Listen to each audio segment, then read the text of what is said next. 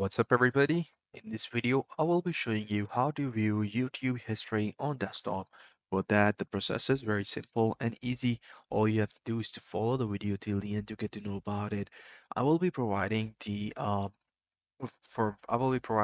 YouTube link in the description below so you guys can check it out. And if you're new to the channel, make sure that you hit the like button, subscribe button, and don't forget to hit the bell icon so you won't miss any future updates.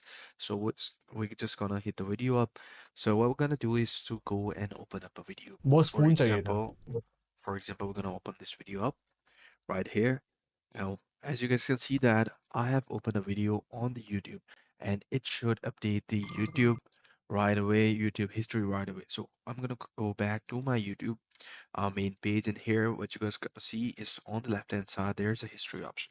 Just simply go ahead and click on it. And you will see that the videos here are updated.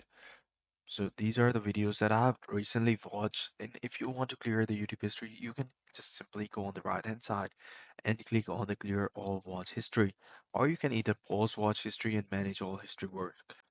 I hope you found this video helpful. If you do, please consider subscribing to our channel. Take care. Bye bye.